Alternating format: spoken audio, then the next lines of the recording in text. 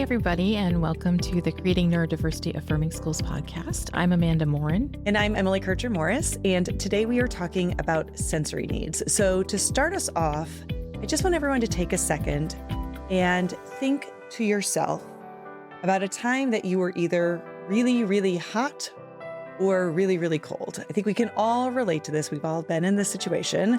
I, most of the time, am always cold. I know, especially when I go to a lot of conferences, they keep those conference rooms so cold, which is great for me when I'm speaking. Yeah. But when I am trying to listen and learn from somebody, all I can think about is how cold I am. All I could think about is how uncomfortable I am. And it's so impossible to really focus and learn when I'm that uncomfortable because of the sensory input that I'm receiving. Well, and interestingly, I'm the opposite of you. I'm always very, very warm. And so I find it really hard to focus in those conference rooms and those kinds of things when it is warm in the rooms. I get sleepy, I feel uncomfortable. And if you think about it, if we're in the same room, we're having competing sensory needs in the same room, which is kind of an interesting thing to think about when you compare that to how it looks in your classrooms as well. So when we think about what we want our kids to be able to do in the classroom, which is to learn, we know that they need some of those very basic things like, they need to be fed, they need to be rested, they need all of these basic needs met. And sensory needs are part of that. They really are part of that. And if somebody is trying to battle with all of the different sensory stimuli that they are receiving, or they are trying to regulate themselves based on their sensory needs, if they're unable to do that, we really can't expect them to be able to reach their potential and really be as effective learners as we would like them to be. It's interesting too, because we don't always see what's happening. And I think I want to really note that when we talk about our learners having sensory needs that may be unmet or that may be competing with their attention or things like that, we're not always able to see what that is, right? When you're really cold, I may not know that. When I'm having, this moment where I can't focus because the lights are too bright or it's buzzing, you may not be able to know that. And we're grown adults who can articulate those kinds of things. In our classrooms, we have students who have not yet figured out what it is that's making them uncomfortable. They may not be able to name it because they may not be able to identify it yet.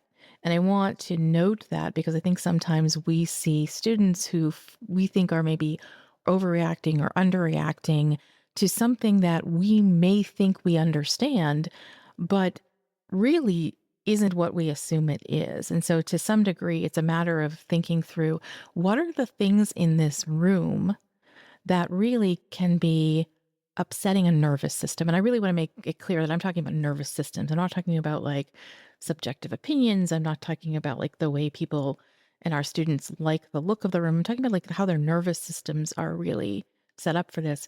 And, Emily, I talked to Keri Wilmot, who's an occupational therapist, for this episode, and she talked a lot about the ways we look at classrooms and rethinking what our classrooms look like, sound like, feel like for students. It was really eye-opening to me as well. There are things that we wouldn't even consider, again, because a lot of times if it doesn't bother us, we don't think about it. Right. I know for me, I'm like really sensitive to smells, depending on what the smell is. There are some smells that don't bother me, but some really do. Some of the smells that really bother me are like perfumey smells, some certain air fresheners, which I know a lot of teachers sometimes will have in their classrooms, or hopefully nobody has a lit candle in their classroom anymore. I would hope not. Those types of things, or even just perfume or cologne, like those are things that can be anywhere from mildly difficult for kids to process through to somewhere where it's really significantly impacting them quite a bit. And of course, then we also have kids who need sensory stimuli, who need sensory input in order to be able to focus. Yeah. Those are often things that are sometimes viewed as discipline issues. Mm-hmm. Oh, you're leaning back on the back two legs of your chair. You need to stop doing that. Obviously, that's a danger thing. I'm not saying that we should let kids lean back on the back two legs of their chairs, but How can we help them fulfill that sensory need so that they can learn more effectively? And I actually love that there are many classrooms now that have all these different options of seating for students that make that easier. I will tell you real quickly, the best thing I saw when I was observing one classroom was like a kindergarten and first grade classroom. They had like little bicycle movement things under the desk so the kids could pedal when they needed to. And Hmm. I was like, I need to get a grown up version of that. Where do I find the grown up version of the bicycle under the desk? And I think it's a treadmill, to be honest, but it Mm. was really cool to see the kids use it when they needed it, and they didn't use it when they didn't need it. And I think that kind of autonomy, right, giving them the choice to figure out what's going to work for them was what was so impressive to me about that classroom. So I'm excited to hear your talk with Keri and learn more about what she has to say. So, everyone, stay with us. I realized during the pandemic, when everything moved online, that if I am sitting at my desk, I am gently swiveling in my chair back and forth pretty much all the time. I can try to make myself stop, but before I know it, I'm swiveling again. It's calming, and my body craves that feeling of being in motion. I'm also one of the people during meetings who often stands at the back of the room, usually rocking side to side. I always say that's why I'm so good with babies, because I've got that mama sway. That is kind of my baseline movement all the time.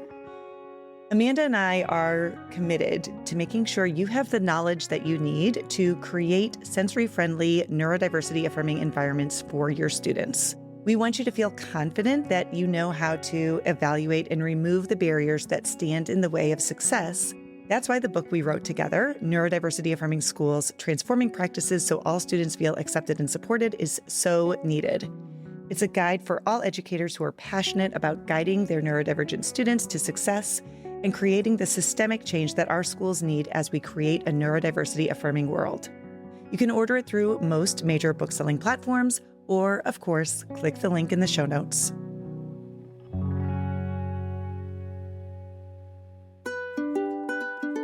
Keri Wilmot is an occupational therapist, toy expert, Dallas blogger, and parent who shares popular toy reviews, tips, and toy unboxings.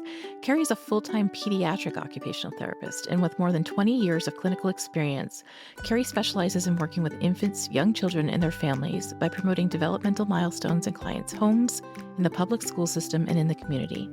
She's also the author of Wired Differently, a teacher's guide to understanding sensory processing issues, and contributes to the Genius of Play and Understood.org.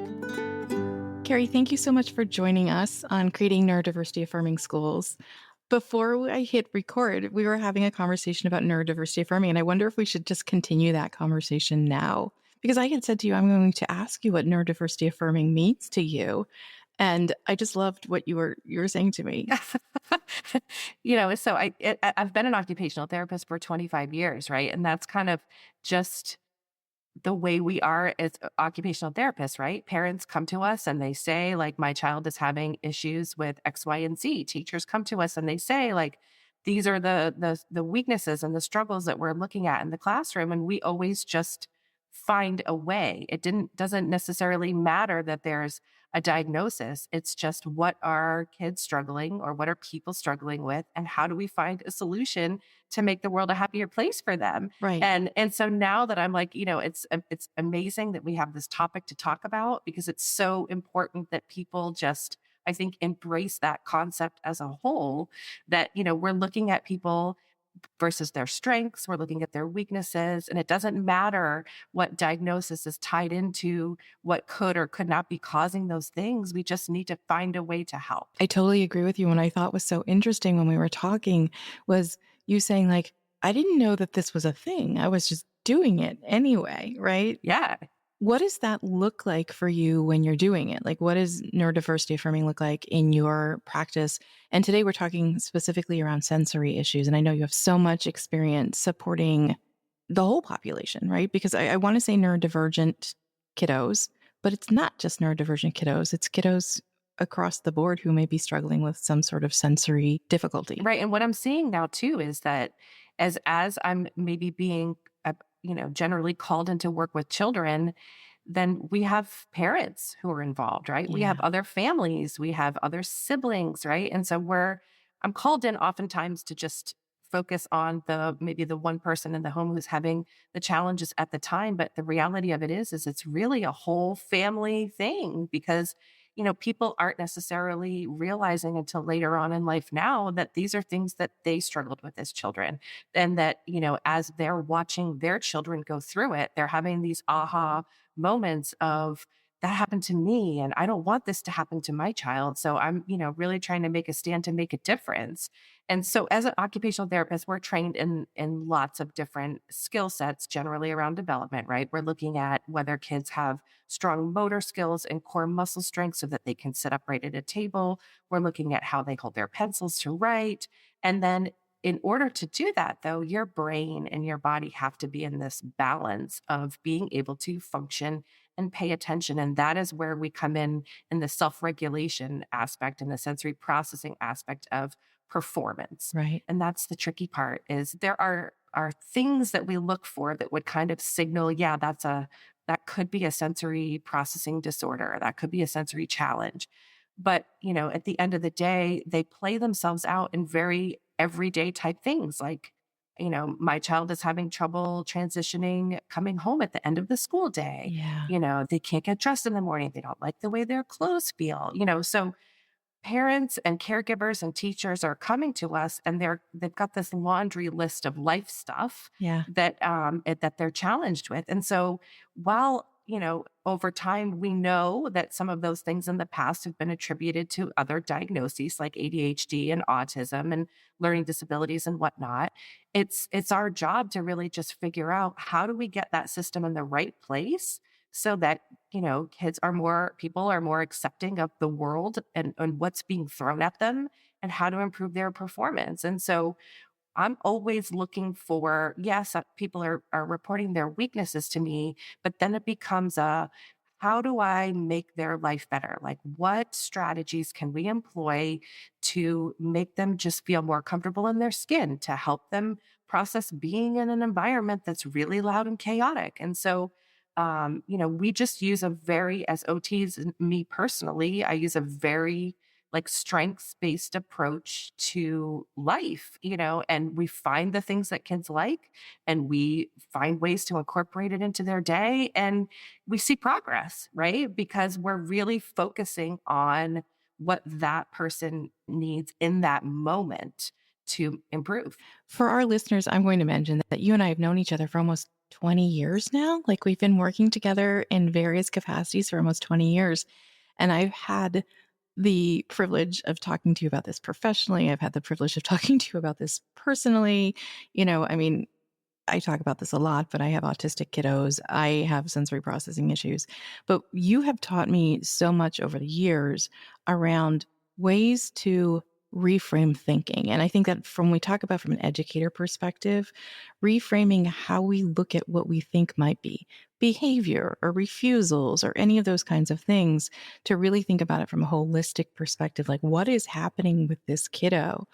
And I think that for a lot of educators, it's hard to understand the inner experience of the kids in their classroom if they don't know what it feels like to have that sensory dysregulation. Right. Can you talk a little bit about what a teacher might see and what they might want to think about differently? Oh, for sure. Yeah. And, I don't have ADHD or autism, but my husband and my son both have ADHD. And so the other part that I think that kind of blew the whole lid off this process for me was being the parent of a child with ADHD Yeah. and watching his path through school. And, we lived in another part of the country. We moved from one state in the north to another state in the south when he was in kindergarten. So, on top of all that, I think just what really opened my eyes even more specifically to education in general was just really the difference. And, it can be so different in what state you live in, what Yeah. town you live in, what house you live in,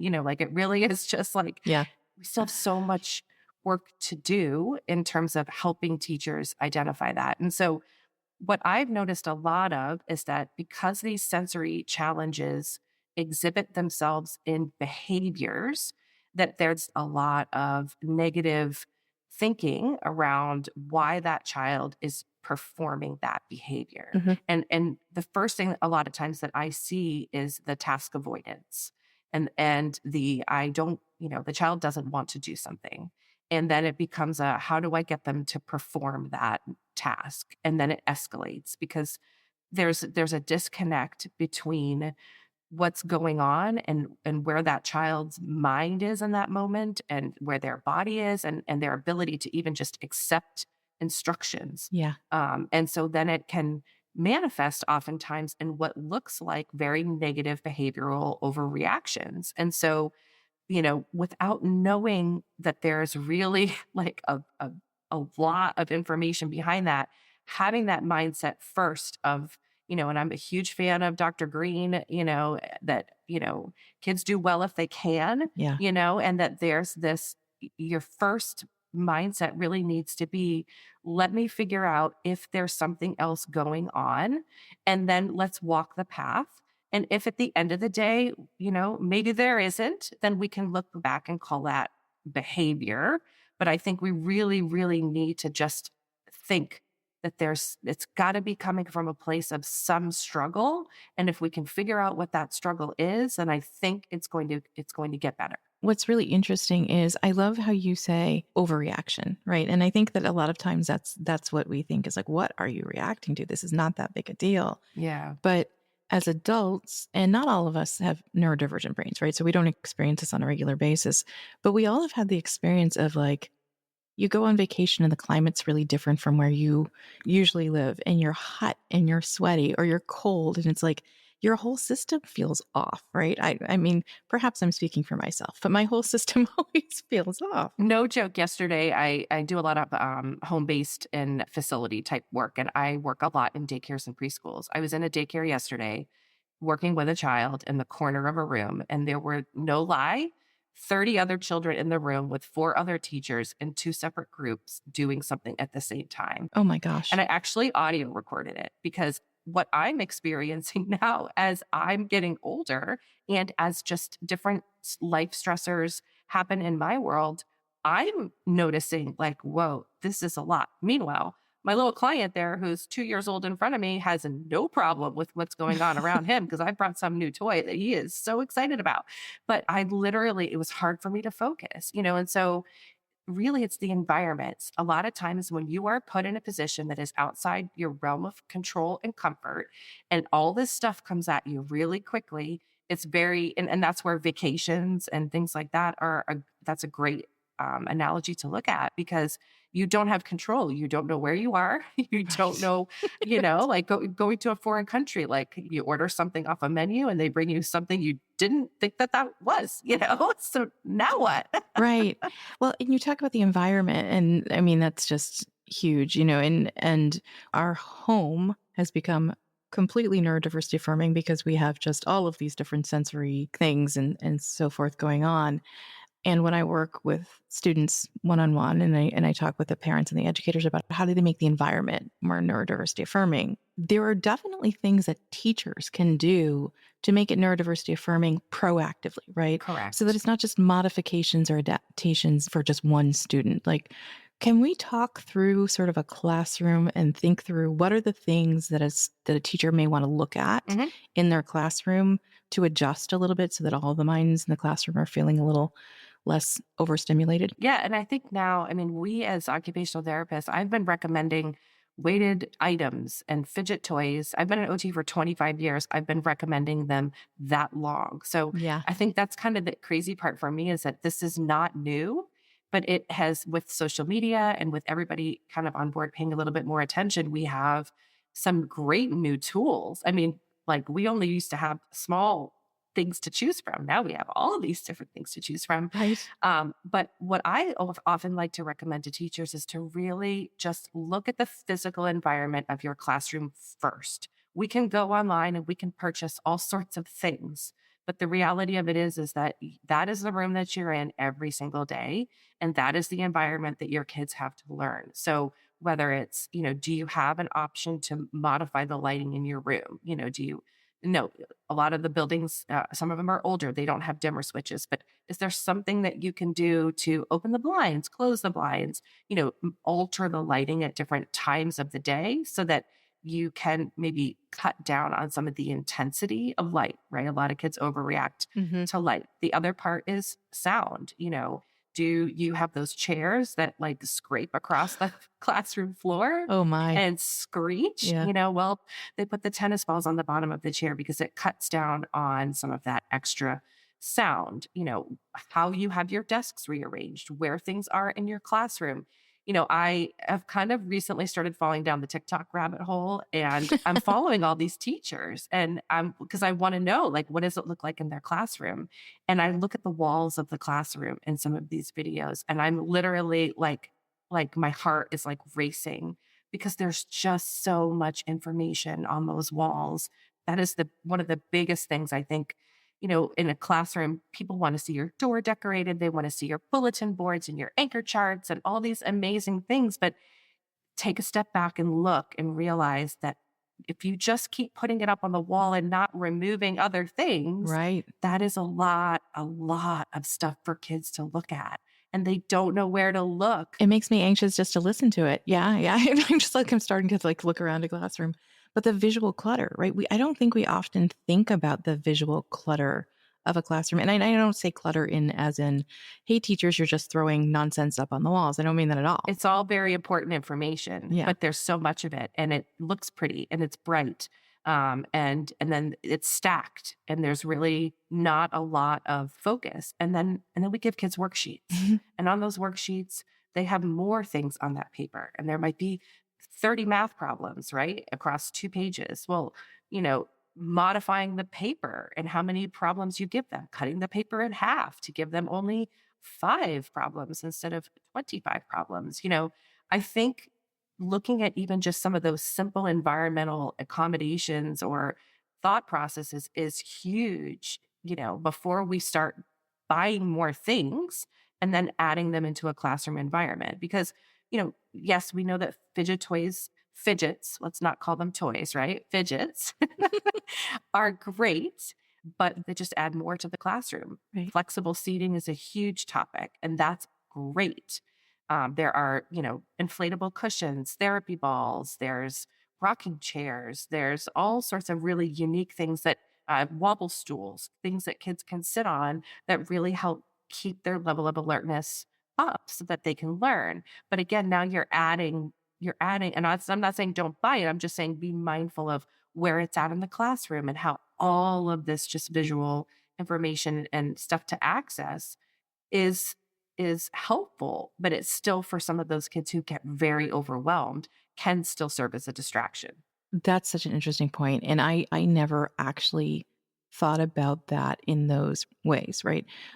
It's great to add things, but what are you removing to make more space for those things? I love that as a reminder. I think we all need that reminder, because you can add as many things as you want, but it just keeps adding things unless you're sort of strategically substituting. And I think maybe that's the mindset shift for me is what am I substituting Hmm. for? Right. Um, I could talk to you all day. I know. We've done that. I could talk to you all day.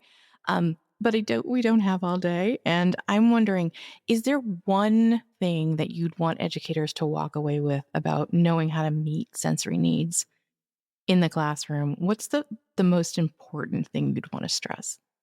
I think the most important thing to stress is that have the mindset that we're all individual human beings and that you have a sensory system that is yours and the person next to you has a sensory system that is theirs. And over the course of the day, your sensory systems are going to be potentially in very different places, and that is okay.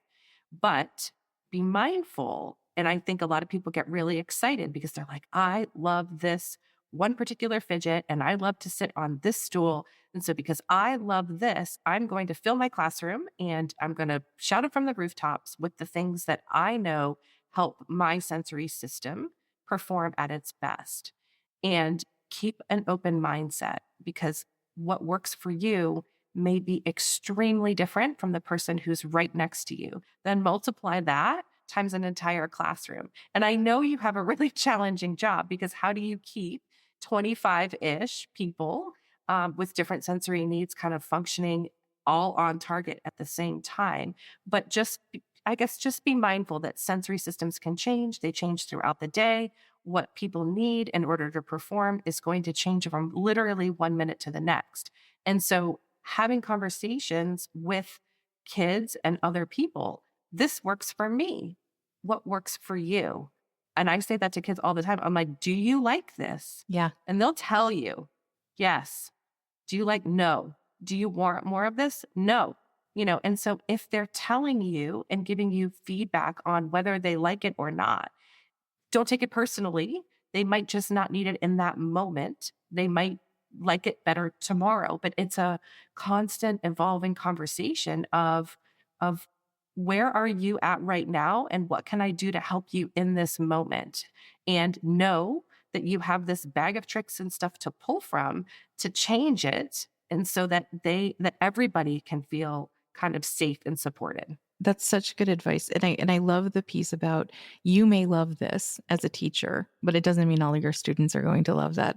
And I think we all need that reminder every once in a while. I think parents, caregivers, teachers, we all need the reminder that like what's going to work for you may not work for everybody else. And that's fine. And that's fine. It's the conversation piece matters so much. Keri, thank you so much for having this conversation with me. I really, really appreciate it. It's been great. You're welcome. Anytime. I always love listening to Keri. She has so many great insights. And as we kind of circle back to our main focus on all of our conversation from today, I think one of the things that is so important to remember about this is that sensory regulation really is a foundational piece of learning and emotional regulation and executive functioning. And when we think about the things our students need in the classroom, we really should think about this as one of those foundational pieces on Maslow's hierarchy of needs that has to be in place if we really expect our students to learn as effectively as they can. I was really struck by Keri talking about visual clutter, for example, right? Because visual clutter to me makes so much sense. It makes so much sense that that is something that if kids are not able to focus beyond what's in front of them, they're not able to focus on learning, right? And so when we talk about that from the Maslow's hierarchy of needs, to me, it's just another piece where we, that Maslow before Bloom, right? We want our kids to thrive. We want them to bloom. And in thinking about that, I really wanted to circle back to that idea of kids may struggle with identifying what those sensory needs are. And so as teachers, it is really our responsibility to think about what could be going on inside those kids in ways that we are not noticing, right? And to give them ways to talk about it and to make suggestions and to provide tools. And so I really want to stress that because I know that I've worked with so many students who feel like they're getting in trouble for just expressing what's going on inside them. And I think it's something that we need to think about as educators, is making sure that we are giving the opportunity and the presumption of good intent to those students. As far as building that awareness, both for educators and for our students, we can have these conversations. We can reflect on our own practices, and we can help our students reflect on what works for them. And so to that end, we've got a couple of resources that aren't in the book that we're going to be sharing with you. We will put a link in the show notes for them. But essentially, we've got a couple of things. The first is an audit for a neurodiversity-affirming environment. And it's just a checklist of questions that you can ask yourself. You can go into your classroom and just kind of look around and say, how might this factor really be influencing my students? Or is there something I can do to make it more sensory friendly, or something I should stop doing? And we also have 2 different student inventories that your kids can use in order to learn more about what impacts them from a sensory perspective. There's 2 versions, one for younger kids and one for older kids. And so those are free for you to use, for you to share, whatever you might like. But hopefully this will be something that can just help you on that journey as you create an environment that meets the sensory needs of your students so that they can learn. So thanks so much for joining us today, and we'll see you next time.